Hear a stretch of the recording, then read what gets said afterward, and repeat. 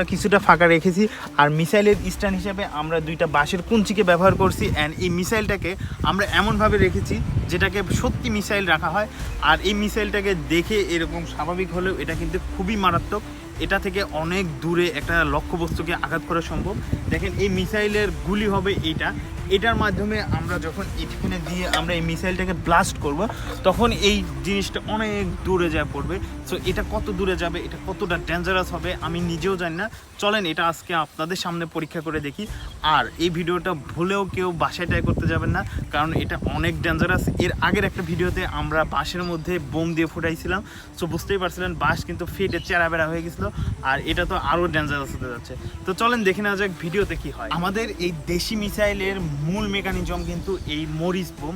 এটাকে মরিচ বোম বলে না সুতলি বোম বলে, সেটা একটু আপনারা কমেন্টে জানাবেন কার কার অঞ্চলে এটাকে কোন নামে ডাকা হয়। সো আমাদের অঞ্চলে কেউ কেউ এটাকে